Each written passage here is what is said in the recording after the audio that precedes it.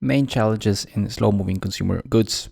Below, I will show you a list of the most important aspects when it comes to slow-moving consumer goods. So first of all, as it is with the fast-moving consumer goods, you have to make your customers aware of you and reach your customer where he is willing to buy your product. So you have to have some form of distribution of your products in order to reach your customer. Then this is something which is probably more important with slow-moving consumer goods, is controlling and constantly lowering production costs, because the products are more and more comparable and usually they are more expensive than fast-moving consumer goods. So the customers are more and more looking for cheaper solution. So in order to stay competitive, you have to control your costs and lower them as much as possible.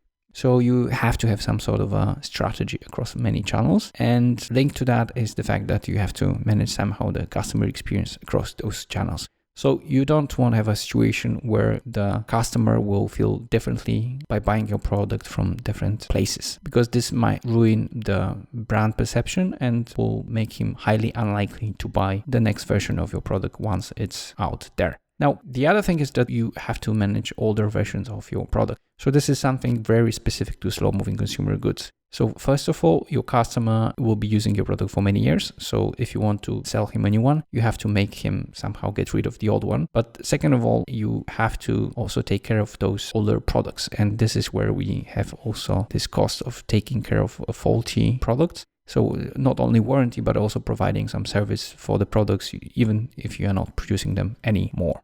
It is very important for every slow-moving consumer good to spread beyond the original target group and leverage the brand. So the first one is pretty obvious. So if you are being bought by just one group, then you have to move on to other segments. This is well exemplified by Tesla, that started with high-speed roadster, but then has been moving to more and more affordable segments so it can reach a bigger number of customers. And leveraging the brand would mean that you try to sell different products under the same brand. So if we go back to the example of Tesla, the Powerwall by Tesla, it's an example of such a move. Or when it comes to Apple, having the Apple Watch or Apple TV, Apple Music.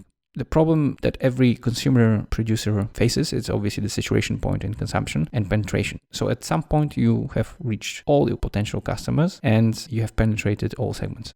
One way to handle those things is, as I said, spread beyond the original target group or expand abroad to different markets. One thing which is extremely trendy, especially with the millennials, is switching from product to service. So not owning the product, but kind of renting or giving them for the customer to use it.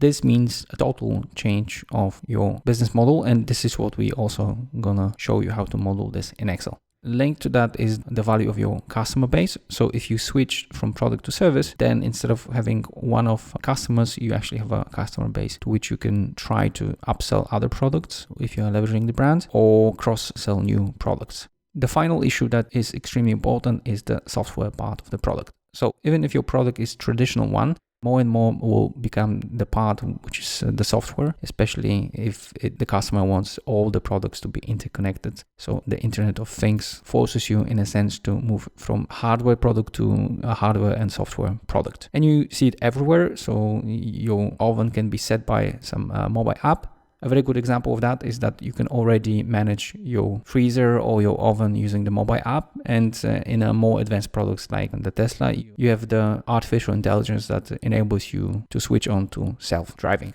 So that's in short the most important things. Now let's move on to the drivers.